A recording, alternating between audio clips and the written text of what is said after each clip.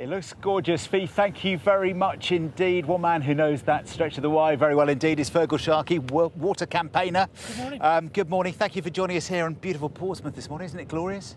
It is absolutely extraordinary, and thank you for the opportunity. Can I, by the way, just before we begin, say well done to the BBC and you guys for putting all this together. It's clearly an extraordinary bit of work and just provides another layer of the horror that has become the water industry in England. It's a subject that we know our audience really care about and want answers about. So that's why we're devoting part of the programme this morning to water pollution. Can I get your reaction to start with to this BBC report this morning suggesting that raw sewage is being released, even on dry days?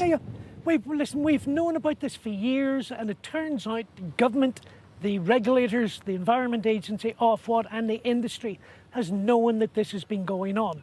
And it's taken the likes of the BBC and your kind of research to drag out of them, kicking and screaming, that this stuff is going on even outside of exceptional situations. And even when there's been no rain, there's been no sign of rain, but they will still blatantly, deliberately, knowingly break the law and act illegally. Do you know what? Something that I found really interesting researching this, and I'm no expert in sewage and water, so we started reading up on it in the last few weeks. But I think sometimes we talk about releasing sewage as if there's somebody pulling a lever or pressing a button. But this is kind of built into the system, isn't it? It happens automatically when there's an issue. Yeah, but let me expand slightly on what's been discussed this morning. The UK government was taken to court 10 years ago in 2012 to the European Court of Justice. And the court ruled that this basically should not be happening at all. And it should only be allowable in what the court referred to as exceptional situations. Now, that's a totally rare, unique event. So again, the water industry and government have known for at least 10 years that what they're doing is illegal, and they've refused to act upon it. But at the moment, releasing it on a wet day when there's a storm, when there's not enough capacity, is legal, isn't it? It's according to that judgment, it's not. The government say that in many places, water quality has never been better. And they say that the crucial issue is that they are monitoring it much better now. So there are sensors all over the country looking at what's in the water. We know more now. That's why it looks so bad. Well, my response to that is government monitor our rivers quite closely. In 2009, 25% of rivers in England were in good ecological condition. As we stand, that has plummeted to 14%, and the EA's current forecast is that if we do not do something radical, by 2027, that will have collapsed to 6%. 6% of rivers? That doesn't sound to me like progress or anybody's doing a good job. In a moment, we're going to hear from Thérèse, Coffey, the Environment Secretary, who I spoke to yesterday. I put that very point to her, so we'll hear what she has to say and we'll get your response too. But you say something radical. What? Because people are watching at home this morning and they're thinking, I'm already struggling to pay my bills. I don't want to have a whacked up water bill costing me maybe 40% more, people are talking about sometimes. How can we be radical and keep bills down? Well, here's the thing. You shouldn't have your bill whacked up anything at all. But somebody's got to pay for it, and that means all of us, doesn't it? Let me provide you with a little more context to this idea. 2 years ago, the regulator wrote to the water companies. They have a legal obligation to build and operate a sewage system capable of effectively dealing with the content of those sewers.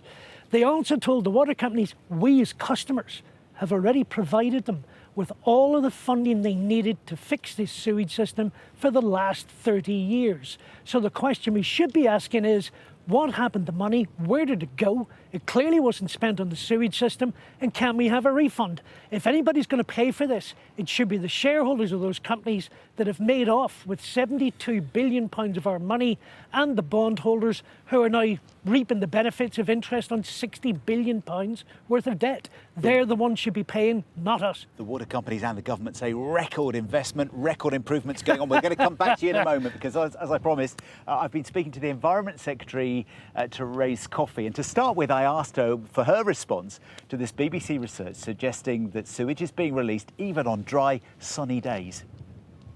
Well, clearly, when companies breach their permits, I fully expect the Environment Agency, who are the regulators, to make sure that those things are complied with and to investigate and take action where they're not being.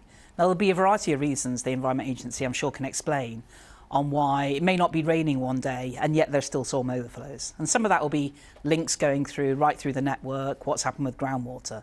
But overall, one of the reasons that we introduced monitoring was that over a decade ago was to try and make sure that we were catching and understanding this when people's concerns were being addressed.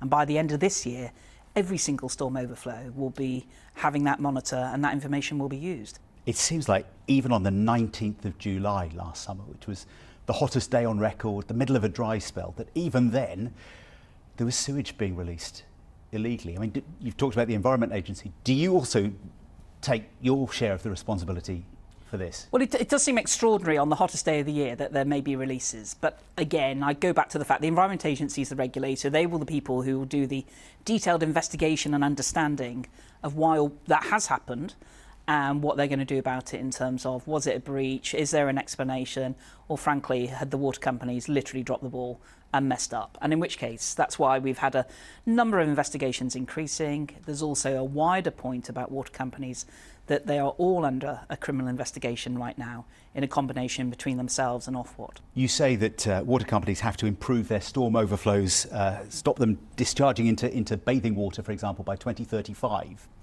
12 years' time. But this summer we've had swimming events cancelled, we've had Team GB triathletes unable to train. I've spoken to kids down on the south coast who say they're terrified about swallowing poo when they're in the water. 12 years' time, those kids could have children of their own. It's a long time that they have to wait, isn't it? Well, we have the highest proportion of our bathing waters achieving excellent status. It's been at 72%, up from just over half just over 10 years ago. So we have seen improvements made, and we're also seeing more places becoming designated bathing waters. So in Langston Harbour, just down the road at the Hailing Island, you'll see that the status is excellent for all the bathing waters that are being designated down there. Now, we still want to see improvements. Of course we do. We want to see improvements for people, we want to see improvements for nature. And that's why the systematic approach of a credible plan for water, where we're doing plans water body by water body, it does take time. We can see in the Thames, one of the dirtiest rivers that have been, we have seen regeneration of nature coming back in, but also the super sewer coming, which is taking 10 years to build and develop. It will be operational, I think, next year. But that has taken several £billion of investment, and some of these projects will just take time. The Environment Water campaigner FEARGAL Sharkey has a question for you that he'd like an answer. If I could play this to you. The question at the beginning of this: who in this room is utterly unhappy and thinks government's policy towards the environment and the protection of our rivers has failed? Feel free to raise your hand. Secretary of State, 12 years ago, 25% of our rivers were in good ecological status. That's now 14. Your own data tells me that's going to be 6 by 2027. Why and how did you ever allow that to happen? What I would say back to FEARGAL is that I want to see continuous improvement. But if I go back to 2008, 70% of our rivers were in good ecological status. The goalposts have shifted. We quite rightly wanted more stringent assessment of that. And since then, we've also got more stringent ways of actually doing the monitoring and the measuring. But at the same time, what has improved is that we are now seeing that 3/4 of all the measures in order to try and achieve good status is being achieved. That's a substantial increase from where we were. And the way that the regulations work, you have 20 different factors. If one of them fails, everything fails. You've talked about billions of pounds worth of investment to make things better. But I suppose at the end of the day, it's going to be our viewers, the customers, whose bills go up and pay for that, isn't it? I mean, reports this summer that bills could go up by 40% in the next 5 years. Is that likely? Is that the kind of sum we're talking about? We're still going through a process, and Ofwat is the independent regulator who makes that judgment, and we've always been careful, regardless of the colour of government, to make sure we get that balance between investment but also the cost to households. So we want to make sure that we are getting good value for money for consumers, but also the necessary investment to make these changes. The message is very clear from the public. They're fed up of the sewage. I am too. But we are going to have that extra investment to make sure it gets delivered. And that's why our storm overflow plan itself alone is over £56 billion and is likely now to be higher. We've been talking to people in parts of True Blue, Sussex and Hampshire as part of this BBC Breakfast Sewage special. And some of them have described the Conservative Party as the party of sewage. This is politically, electorally, potentially toxic for you, isn't it, this subject? I think it's really a very difficult issue. I'm not pretending otherwise, but actually we're the party that's cleaning it up. Bathing waters have got far cleaner since we've been in power. We've got the monitoring going. That's how we're able to uncover the scale of the issue that we're tackling. We're also the party that is making sure that we're going to get more investment into the water companies and into the water infrastructure. And that is something where we have a credible plan, water body by water body, that we will be doing to make sure that we continue to improve the cleanliness of our water, because rivers are cleaner than they have ever been. Thérèse Coffey, thank you. Thank you. That interview was yesterday afternoon at DEFRA in London. FEARGAL Sharkey is still with me. You know, the thing that struck me talking to the Secretary of State was that she kept saying, look, this isn't easy, and that maybe we all think that there is a magic switch or you know, a couple of billion quid and it can all be sorted. Do you accept this is really complicated? Not in the least, because by the way, this has been going on for decades. They've had 30 years to get this right. The target the Secretary of State referred to, by 2027, the original legal target was 100% of our rivers would be in good ecological status. We now know it's going to be 6. What you're looking at is actually 3 decades of a failure of political oversight, a failure of regulation, and 3 decades of water companies gaming the system to their benefit. But given where we are, do you admit it's not easy? Listen, everything in the world can be fixed. It simply takes the vision, the determination, and the desire to do it. And currently, politically, that is not there.